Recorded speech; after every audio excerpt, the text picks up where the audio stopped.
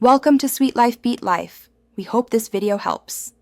Chana dal, or split chickpeas, is a wonderfully nutritious and versatile lentil. Before we start cooking, there's one important step: soaking.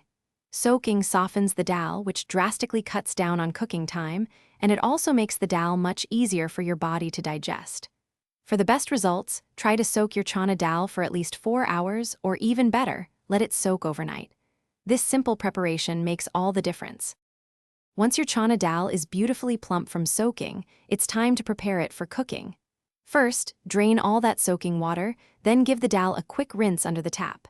Now, carefully transfer the dal into your pressure cooker. Add fresh water, making sure it covers the dal by about 1 inch.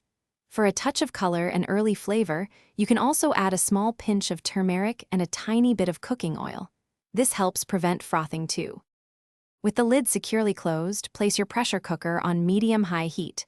Listen for those whistles. You'll typically want about 3 to 5 of them for perfectly cooked chana dal.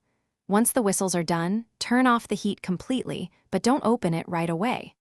Let the pressure release naturally for about 10 to 15 minutes. When it's safe to open, you should find your dal tender, yet still beautifully intact. Now for the magic touch, the tadka. This flavorful tempering is what truly elevates your chana dal, infusing it with wonderful aromas and rich taste. To make it, heat a little ghee or oil in a small pan. Add whole spices like cumin and mustard seeds, letting them splutter.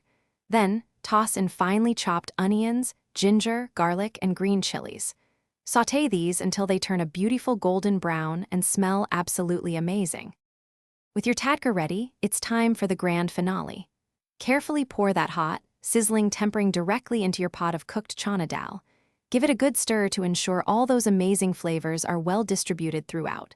Now is the perfect moment to taste and adjust the salt to your liking. Finally, garnish your delicious chana dal with some fresh, chopped cilantro. Serve it warm with fluffy rice, soft roti, or any bread you enjoy. Thanks for watching. Consider subscribing if we helped you.